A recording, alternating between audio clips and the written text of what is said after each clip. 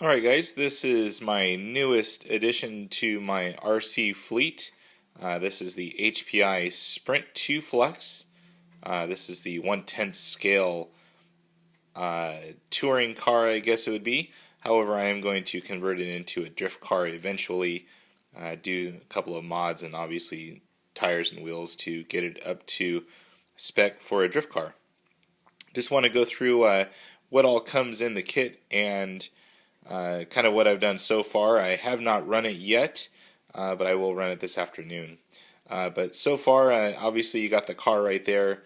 It does come with rubber tires, so it does come with the HPI, I think they're called the X pattern unbelted tires.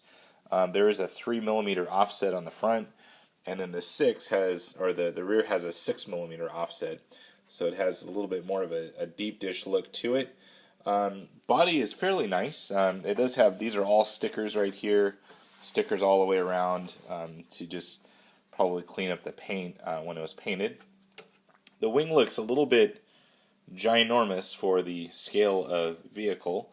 Quite a long antenna, not too used to that with some of my 8-scale buggy and the short course steel.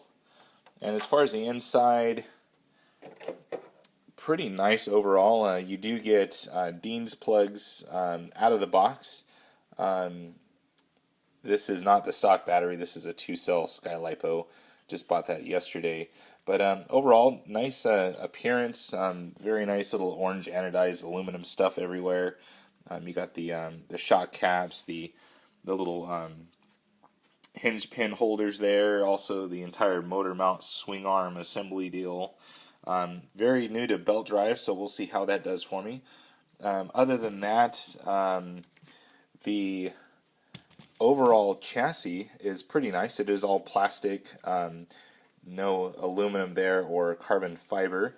Body mounts are a little bit flexible, so I guess that's kind of good to a certain extent. Nice foam bumper in the front. Overall, a nice build quality. The underside of the chassis, you'll see right there, you have the hole cut out right there for the motor and the cutout right there for the rear diff, so nothing gets caught underneath.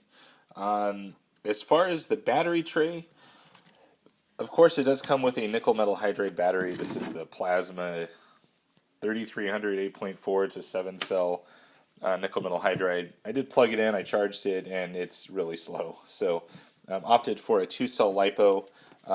Went with the SkyLipo. It's a 5,000 milliamp 40C continuous 80C burst. I'll be running that later on today. Hopefully that'll pan out pretty good. Here are some other things that it does come with. It does come with a radio, 2.4 gigahertz. It's the TF40.